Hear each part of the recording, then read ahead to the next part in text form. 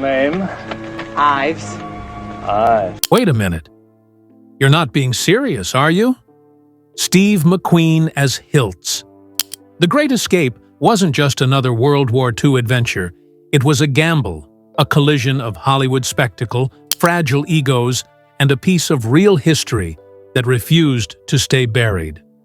Behind its barbed wire fences and daring stunts, there were fights, danger, and real emotion that never made it onto the screen. Today, we uncover 15 shocking secrets fans never knew about The Great Escape. And trust me, the last one changes everything. 15. Steve McQueen almost walked off the set. Steve McQueen's portrayal of the cooler king feels larger than life, but behind the scenes, he nearly quit the film. Midway through production, McQueen grew frustrated, feeling that his role lacked substance. To him, Hilts seemed like a hollow figure in an ensemble filled with vibrant personalities. He wanted more than lines, he wanted depth, and a reason for audiences to care. The disagreement halted filming as McQueen refused to continue. Under enormous pressure, director John Sturgis rewrote the script to give Hilts more significance, including the now iconic motorcycle escape sequence. What started as rebellion turned into the very thing that made the movie legendary. Without McQueen's stubbornness, The Great Escape might have lost its heart. 14. The motorcycle jump that was nearly banned. The movie's most unforgettable image. Hilts soaring over a barbed wire fence on his motorcycle almost didn't happen. Insurance companies refused to cover it, warning that if McQueen was injured, the entire film would collapse. McQueen wanted to perform the jump himself, but it was too risky. The compromise? His close friend and stuntman Bud Ekins took the leap while McQueen rode during the build-up scenes. What many don't know is that McQueen secretly doubled as some of the German soldiers chasing Hilts, effectively playing both sides of the chase. The legendary stunt wasn't corporate approval, it was pure determination. That moment burned itself into cinematic history, turning danger into art. 13th. Filming in Germany sparked political outrage. Choosing to shoot in Bavaria made sense visually, but politically, it was a firestorm. Less than 2 decades after World War II, locals were forced to relive haunting images of Nazi uniforms, prison fences, and marching soldiers. Veterans groups accused the filmmakers of exploiting suffering for entertainment. Some residents cried at the sight of recreated camps. Others refused to come near the set. What was a movie for Hollywood was a painful reminder for Germany, a nation still healing, watching its wounds reopened under bright studio lights. 12. The real prisoners hated Hollywood's version. When survivors of the real Great Escape saw the movie, many were furious. Their main complaint was accuracy. The real escape was largely led by British, Canadian, and Polish officers, yet Hollywood's version placed Americans at the center, especially McQueen's fictional Hilts. Veterans felt their sacrifices were rewritten as an American fantasy. The famous motorcycle jump, they said, made light of the deadly consequences real escapees faced. To audiences, it was thrilling. To survivors, it was betrayal. The debate still lingers, a clash between historical truth and Hollywood myth. 11. Charles Bronson's real-life claustrophobia. Bronson's character, Danny, was the master tunneler, yet in real life, the actor suffered from severe claustrophobia. As a child, Bronson worked in the coal mines of Pennsylvania, crawling through suffocating shafts that left lasting trauma. On set, the recreated tunnels triggered panic attacks, but Bronson refused special treatment. He channeled his fear into his performance, transforming real terror into cinematic authenticity.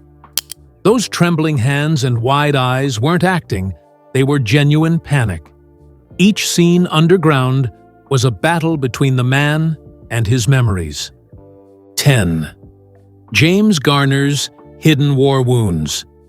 James Garner, who played the charming Scrounger, wasn't just pretending to be a veteran, he was one. During the Korean War, he suffered shrapnel wounds to his legs and back that never fully healed. Long shooting days in cold weather reignited the pain, but Garner pressed on, rarely complaining. Director Sturgis even adjusted blocking to ease his discomfort. Every smile, every moment of exhaustion on screen carried the weight of real scars. His performance wasn't acting, it was endurance. 9. Richard Attenborough's emotional breakdown. Richard Attenborough, playing Bartlett Big X, carried a heavy emotional burden. His character was based on real-life escape leader Roger Bushell, who was executed by the Gestapo.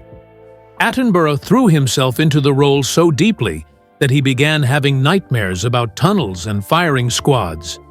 He arrived on set some mornings visibly shaken, haunted by the tragedy he was portraying. Yet he used that emotion to give Bartlett his tortured strength. What audiences saw as stoicism was, in truth, emotional collapse behind the camera. 8. The tunnels were truly dangerous. The tunnels, Tom, Dick, and Harry, weren't just sets. They were real, hand-dug structures filled with dust and danger. Crew members dug into actual earth, reinforcing just enough to prevent cave-ins. With hot studio lights burning oxygen, actors struggled to breathe, and several extras fainted mid-scene. The filmmakers didn't stop rolling.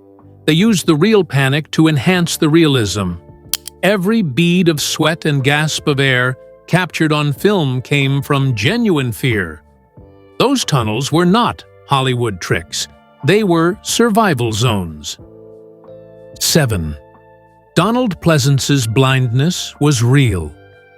Donald Pleasance, who played Blythe, the kind-hearted forger losing his eyesight, wasn't acting. He was partially blind from real wartime injuries. During his service in the Royal Air Force, he was captured by the Germans and held in a POW camp. On set, his fading vision was so severe that he needed help moving around. Rather than hide it, the production embraced it. Pleasance's vulnerability became the emotional anchor of the film. His gentle portrayal wasn't just inspired, it was lived experience, drawn from real suffering. 6. The studio wanted a happy ending. Executives feared audiences would reject the tragic conclusion, where most of the escapees are killed or recaptured. They wanted Hilts to make it to Switzerland, riding into the sunset. Director John Sturgis fought back, insisting that truth mattered more than fantasy. He compromised by keeping Hilts alive, but imprisoned again, defiant, but not victorious. That choice made history.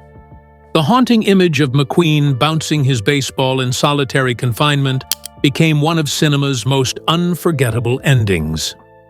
5.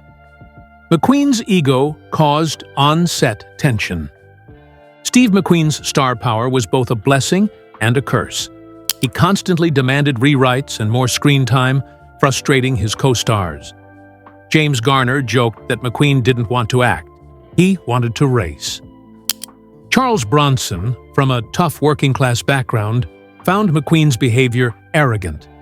Director Sturgis spent much of the shoot balancing egos, trying to keep peace on a set filled with resentment. Ironically, McQueen's relentless push for control ended up crafting the very moments that made him a legend. 4. The film faced censorship battles. Upon release in 1963, The Great Escape was banned or censored in several countries. Eastern European nations criticized it for portraying German soldiers as incompetent.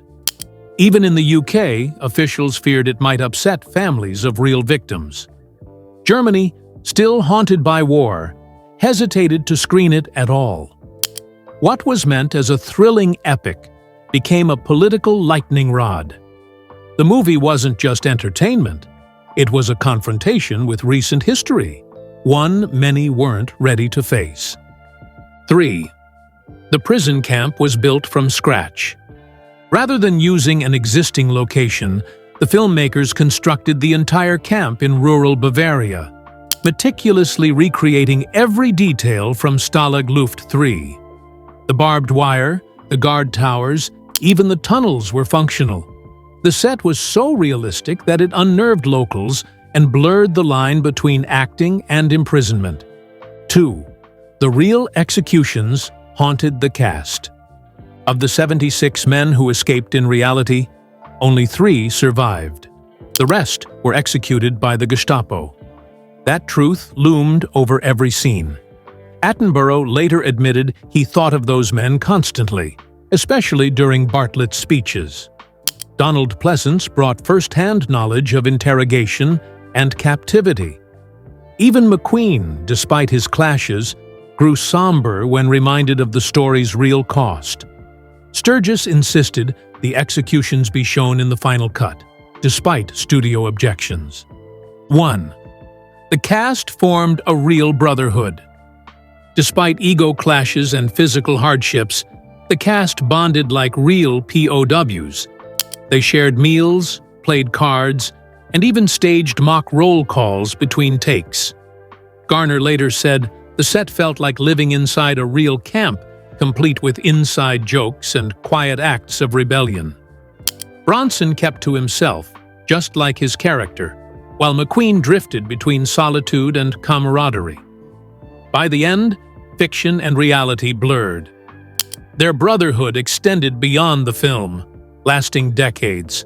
The Great Escape wasn't just a movie, it was an experience of endurance, unity, and respect that forever changed everyone involved. From near-fatal stunts to emotional breakdowns, the cast gave everything they had. And in doing so, they immortalized a legacy that still resonates today. Because sometimes, the real escape isn't from a prison camp, it's from the boundaries of fear itself.